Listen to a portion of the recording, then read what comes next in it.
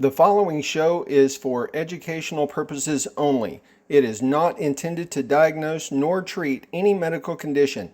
Any information or recommendations provided should always be discussed with your healthcare professional. Welcome to the Patient Talks. I'm Physician Assistant Frank Smith. It's Wellness Week, and on this week's episode, we're going to discuss colon cancer screenings, the options available to you, and how what you can choose can end up affecting your pocketbook.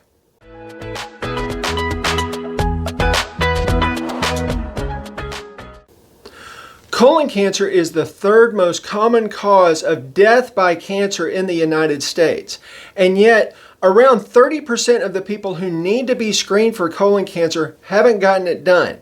So today we're going to discuss the different options available to you as far as colon cancer screenings. We're going to start with colonoscopies. In the United States, a colonoscopy is the gold standard for screening for colon cancer. On this, most people are pretty familiar with it. You have a bowel prep that you need to do the day before to make sure that the bowel is completely cleaned out, because on the day of the procedure, a small camera will be inserted into the large intestine to take a look at the walls of the intestine, looking for any abnormalities or polyps. One of the big advantages of a colonoscopy is if they see something precancerous, some little polyp or something, they can usually go ahead and remove it during the procedure. A colonoscopy, if everything else is normal, needs to be done every 10 years. If you have some things that cause you to have a higher risk, like some genetic issues or some other medical conditions, that can decrease the frequency. And if they find something abnormal, that can decrease the frequency as well. But in an otherwise healthy patient, a colonoscopy is done every 10 years. The next two tests that are available are both what we call stool-based tests.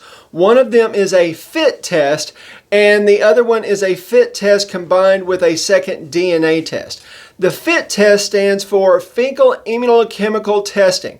And what that means in English is it is very good at detecting very, very small microscopic amounts of blood in the stool, which can be a sign of cancer along the colon. For this one, it's a test that you can do at home, and it has to be done every year.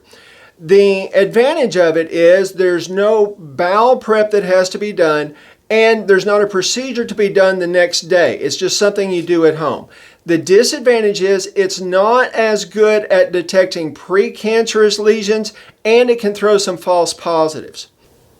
The second stool test that's available to you is one that combines the FIT test we just talked about with one that detects abnormal DNA in the stool. Cancer cells have irregular DNA. That's part of what makes them cancer, and it's designed to detect that. In the United States, there's only one company that makes that, and I haven't learned copyright rules yet for doing a show like this, so I'm not going to say its name.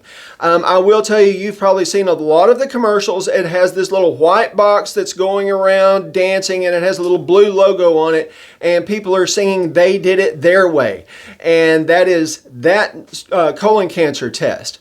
The advantage of this test is, again, there's no bowel prep that's involved. We don't have to do anything beforehand, and it's something that you do the sample at home and send it off to a lab. Its sensitivity is somewhat better than the one for the FIT test because we're also testing for DNA. This test has to be done every 3 years. The disadvantage of it is, again, it's not as good at detecting precancerous lesions as a colonoscopy, and it can yield false positive and false negative results. So keep that in mind. Those are the three main colon cancer screening options available. You have a colonoscopy, the FIT test, and then the unnamed test that tests both your abnormal DNA in stool and a FIT test.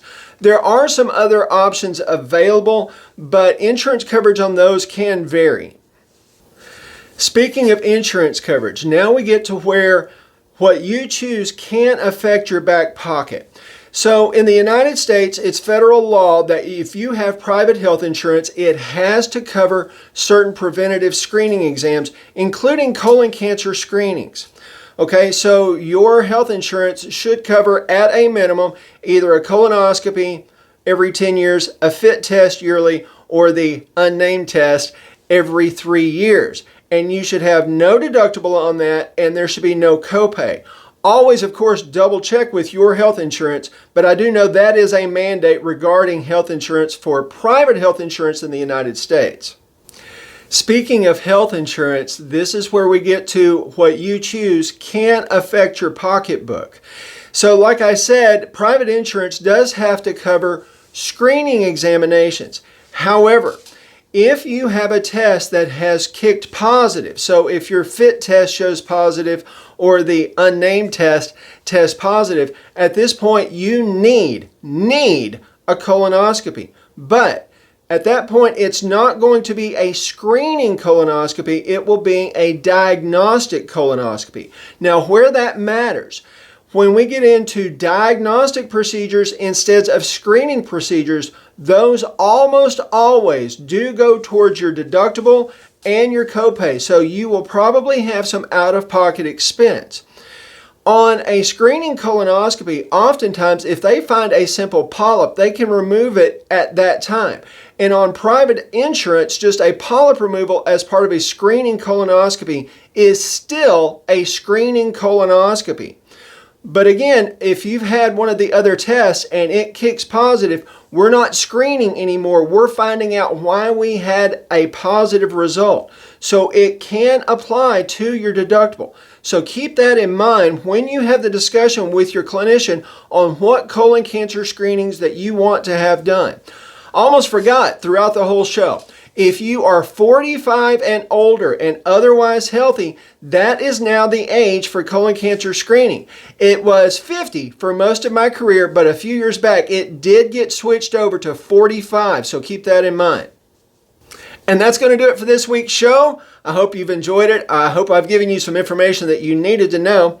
I'll be back next week. Until then, get better, make me look good. See you soon.